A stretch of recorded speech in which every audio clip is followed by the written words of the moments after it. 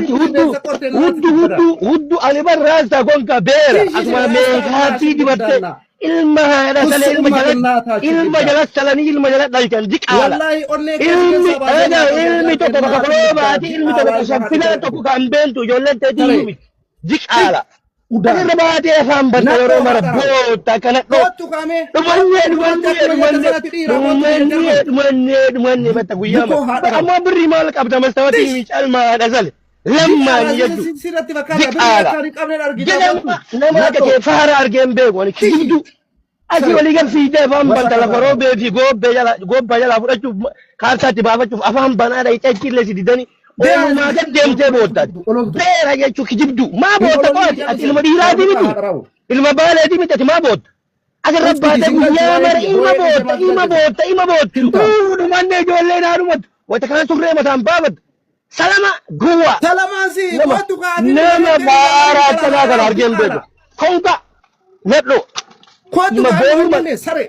nama mahayyime argeen beeku nama gage akkasi gaafachiisu beeki birrii nama ajjeesette biyya konka afaan bantama keessaan dhufte kalee mooden gadda dhufte afaan keessaan bad ani jaartii wajjiinuu jaartii wallole narraa qabaatte afaan banta si beekaa bar gaabii ammas gaafanne gaabii si gaafanne kon mucaa shaffilaa deebisi mucaan keetii mucayyoon teetii miti tawwala diqaalaa osooti afaan bantu ulfeessanii si kennanii ulfooliin fuute mahayyime naatin libdaana mahayyim jechuun sagaxe kijiba asirra deemtee ganda maqaa balleessa asirra deemtee waggaa mara asirraa bootta piippi sabbar seenaa mahayyimi beekaa ubseetaa bar si jalaa jalibna beekaa ubseetaa yeroo mara asirra deemtee afaan woyta bandu afaan ati yooga silaalan hudduu jalaan lafa si argan ganda kee argan yeroo mara jala saalfataa turre bar si jala teennee saalfanne yeroo mara beekaaf goota afaan kee yoo silaalan eegee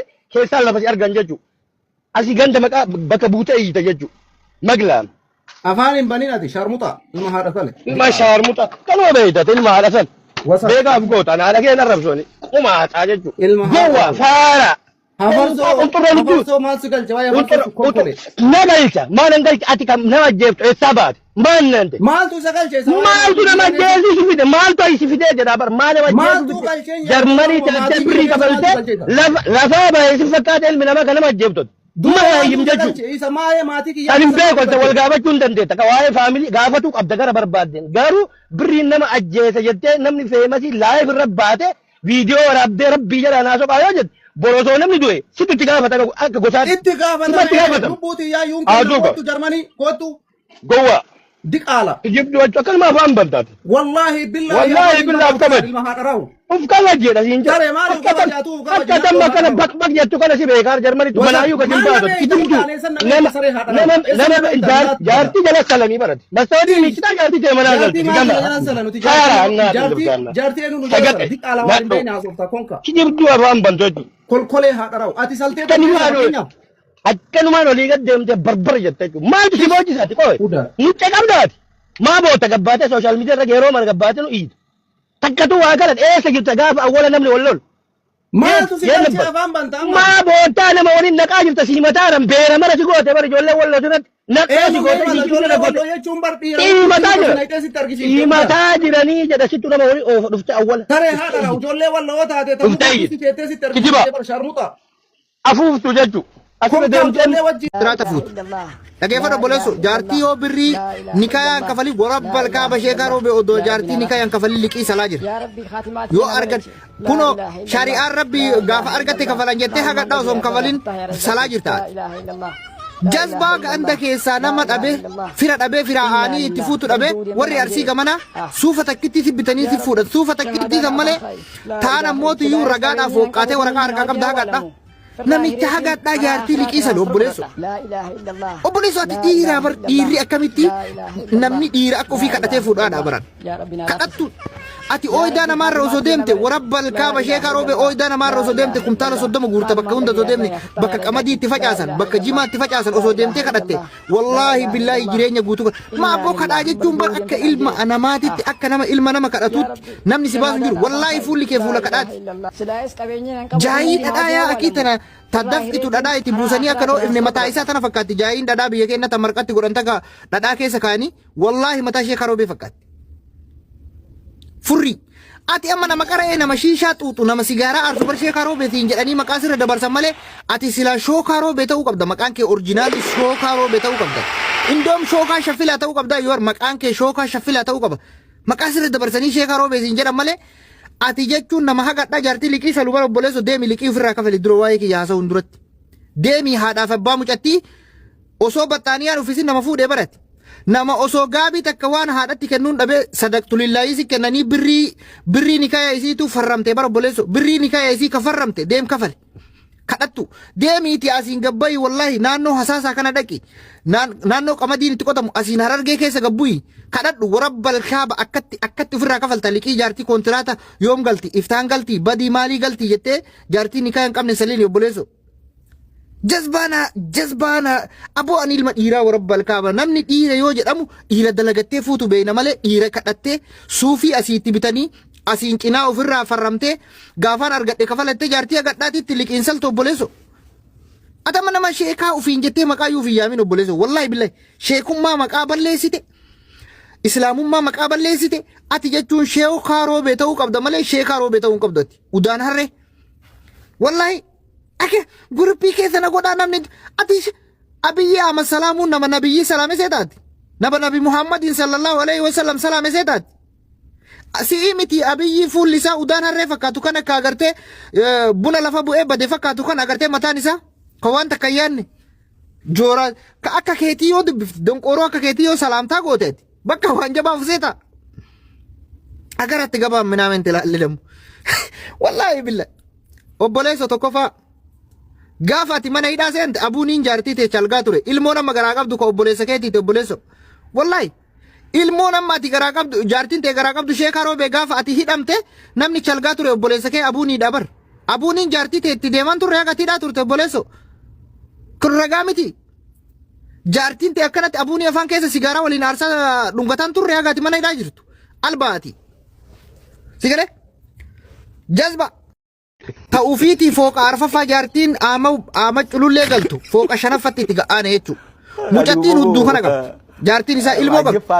Warabbal kaaba Hamza reedii Adam ajjeefamuu qaba. Wallahi dubartii hudduu gurguddoo agarran bira taruu hin danda'u kiyya. Kun Hamza hitti eessa baase? Fooqa torbaffaa gubbaa ol baase isii fooqa arfaffaa kee ta'uufiitii fooqa shanaffaa galaa jechuudha. Meera geeffadha waan reedii Adam dalagu. Achitti haadha jaartii ilmoo Ahmad jaartii haadha ilmoo Ahmad mucaa dhiiraa qabduuf intala baalee jechuudha intala baalee akkana kaayiroo keessa rakkisaa jira sagalee naa ta'aa jettee namoota gurguddatti himattee warra feemasitti himattee bultii namaa keessa seenuu jedhanii didan mucattiin kaayirootti bakka fooqii Hamzaan galanii fi reediin galanirra galti isiin fooqa arfaffaa galti sinigalee wanna arfaffaa gubbaa galti jechuudha. Achitti reediin itti gadaane galgala daagizee mucattii warra jimmaatiin walii galuu dhaban achi dhaqa daakiyyaan kun kanaaf ani maaliif reediin kun dhaabbatee reediin kun maaliif gattaa'edha adaayin isitti achi afuufa jechuudha warabbal kaaba isii achi afuufa reediin kun maaliif amma akka durii sanitti dubartii hudduu gurguddoo jala deemuu dhabee maaliif yaadee yeroo ilaalu Hamzaa fooqa torbaffaa baase akka inni itti gadi hin buune ta'uufiitii fooqa shanaffaa gubbaa galee achitti itti tara jechuudha mucattii wallahi. Reedii gadi baaftanii hintala warra baalee yoo manaa gadi baaftanii gurbaa kanarraa nikaa hiitanii akka carraan biyya alaa galuuf yoo godhin isin dhugumaan ilmaan Oromootii miti. Wallahi mucattii kaayiroo keessa isin bira teette. Filaa ta'e ilmoon ta'e hangafaa diqaalaa akka guddisaa jirtu ni beektaa jechuudha. Diqaalaa akka guddisu jirtu ilmoon ta'e ilma mucaan biyya faranjii si bira jira kasalee ilmoo jaartii jalqaba waliin si kenne naatin libdaanna. Waan sin beekne seete yeroo dhibbaa ol deebitee sagaleen irra qabda yeroo dhibbaa ol deebitee na arrabsitaa jechuudha. Laayivii gubbaa teettee innaatin libdaa yoo ijoollee walloo si aarsite biyya faranjii jirti achi deemi qabii irraa baafadhu naati tibbadaannana waan ta'e afaan isaa maali obboleesso afaan kiyya yoo bal'atu mi haga barbaade ga'e hudduu teeta jaartiin ijoollee saltee ilmoo waliin si kennite san hin ga'u jechuudha. Ni beektaami ilmoon teeta hangafaa diqaalaan ati guddisu jirtu jaartii ta'e waliin innaatin libdaanna mucaan kasirraa dhale ijoollee shaffilaati afarsaa mitii jechuudha. Diqaalaa guddisaa afaan nabbanuu hin dandeettu naati tibbadaanna. Kanarraa kan jalqabe immoo ana warri si komandoo ka bakka na buufate hin jiru si galee warri si komandoo ka bakka na buufate hin jiru jechuudha. Mucaan ilmoo jaartii ta'e irraa jalqabarraa dhalee biyya faranjii gaafa sii fidan jaartiin ta'e ilmoo amma hangafaa hintala hangafaa san achi erga jaartii san fuute booda ta'ammaati guddisu jirtu ijoollee lamaan irraa dhalte malee ilmoon hangafaa ta'eeti hinnaati libda ijoollee shaffilaattu jaartii ta'e irraa dhalee sii kenne bar qumaata. Maaliif jecha san naan jedha mucaa mataan hiikkatee jira. Mucaan wanni inni haasa'aa jiru waanuma isaatu watii wallaalee jira. Ani walii galatti ila namni waa'ee biraa na gaafachuu barbaadan pirivaatii jaartii maalii godhee maarree galtii. Namni dhimma biraa kana keessatti ka'uu hin danda'u. Fakkeenyaaf amma dubbii waliin laaqabee mucaan hin da'uun lafa mootummaan sii kenne sirraa fuudhanaan ja'a jira. Maal taateet? Tingala dubbii waan winni haasa'uu. Jarra. Mucaan mataan hiikkatee. Hafarsoon raameeqa dubbatee amma tokkoffaa lafa mootummaan sii kenne sirraa fuusisa Jawaar arrabsi jedhanii jedhaa jira takka jedhe. Lammata ammoo jaartiin hamtaa bira galtii jaartii teeta dursii fida jedhaa jira. Sadaffaa ammoo jaartii bira intala mucaa shaffilaan anjaa jira. Mee amma waan haasa'u mucaan kun haasa'u mata maamila isaa namni isinii gala jira dubbiin kun. Mucaa maraatee wajjin teettanii jaarsummaa jettanii mucaa mana yaalaa geessaa yaalamu. Kan dhageenyeeti warri jalaa tokkochi hin dhageenyeeti dubbii kana amma dubbii isin haasoftan kan amma mucaa walumaa galatti ila hafarsoon yaala isa barbaachisa mucaan maraatee jira jarana maatii isaatitti bilbilaatanii mana yaalaa geessaa yaala maali jarana jaarsummaa maalii dubbattan. Amma gara qabamurraa hospitaalatti deebi'ee jira hafarsoon maashaallah kun jijjiirama. Ani wanni jedhu. Tokkoffaati amma dhufte ilu. Ani wanni hin jedhu ani hin dhageenye wallaan hin dhageenye. Ahmadi jaartii kaayiroo qaba. Ahmadi mootummaan lafa kennee fi lafa isaa Jawaar akka arrabsu lafa san sirraa fuusisa. Deebisee ammoo jaartii maarii waasatii waan addisiinatti dabalee jechuun. Kuni amma nama fayyaa qabu. Ani gaafii gaafadhe ka walitti dhuftanii araaraa miti nuti amma dhufaarraa waaliyoon faatiyyuu hin jirru dhageenye illee wallaahi. Tisheer goonaaniin osseene waa'ee araara kiyyaaf ka'isaa yoo ta'e miidiyaa irratti hin araaramu. Namni araara barbaadan keessaa na dubbisa. Laakiin ammoo haasa'aa minni oofaa jiru ajandaa minni haasa'u kana. Ani dhugaa rabbii dubbachuuf dhiifama naa godha ani qalbii akkanaa keessa hin jiru namni afaan irraa qabaatu yoo jiraate keessaan na dubbisuu qaba. Amma Ahmad eegame barbaade dubbii kana qabbaneessa bakka dhiisa ajandaa kana dhaaba keessaan laala ni gaa bakka jechuun asirra wal iyyisiisaa waliin gaarii kana kanuma. Hawaasni asirra jirtan namni waa'ee kiyyaa waa maraayyuu na gaafachuu feetu keessaan na gaafadhu sooshaal miidiyaa irratti waan amma mucaan haasa'aa jiru nama fayyaa hin qabne wajjin teettanii haasoftanii. Ummata miidiyaa illee nutti hin kolfisiisina rabbi jedha walumaa galatti mucaan laalama dhagayi ani haasaa ila dhagayi ka ani amma dubbii kun nagarii qabu isinii fixee isin biraa gadi bu'uu barbaada ani araara miidiyaa irraa kana keessa hin jiru hafarsoo wanni nama dubbate ani waan inni isaallee naan galle keessaan nama goonee araarri yoo ka ta'us ta'e keessaan wajjin mari'anne keessaan dhumannaadha malee amma araara lafarratti kuma tokko magaalaa roobee dossa keessa mootummaan kenneefii qaba jedhan.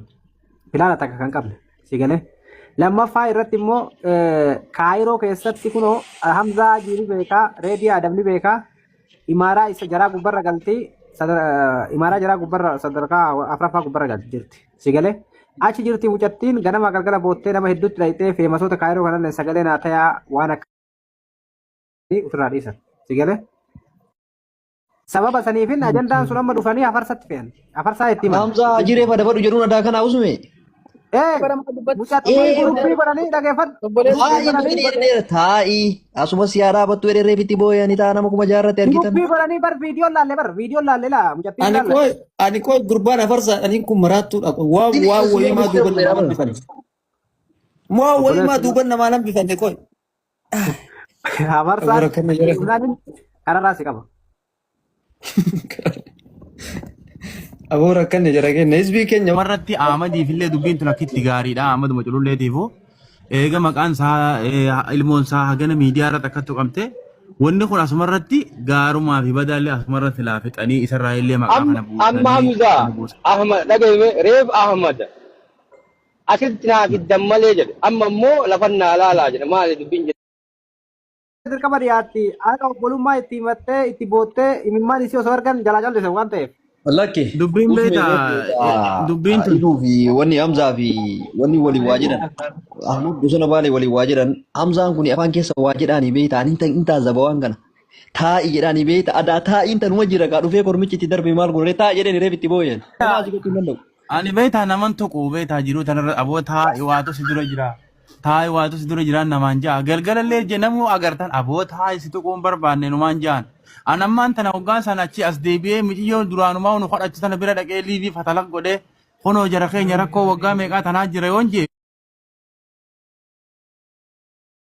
Anammallee Ahmadii wal lolan qabu.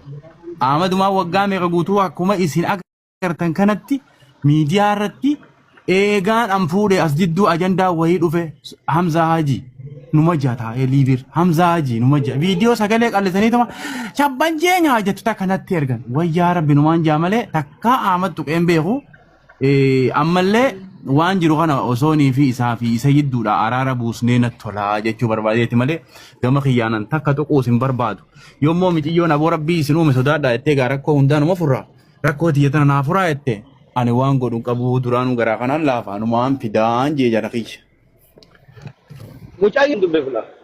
Ajandaa biraarra iluu kiyya fidaan jiin ajandaa biraarra ka biraan finnu kaanuma jalaa fila dhiisi. Ayyee deebinee deebinee. Sila takkaa yeroo kana rabbi baaliyyoo na jalaa dubbadhu naan jettu takka gijee 33 na barreessite muyyatti. Inni koo kakaa yeroo kana ooyi.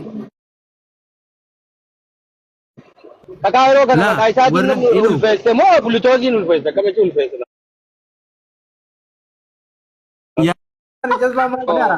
Bakka nagaatti uummata sinatti. Laala afarsaa dawalee beektaa inuu dhagaye.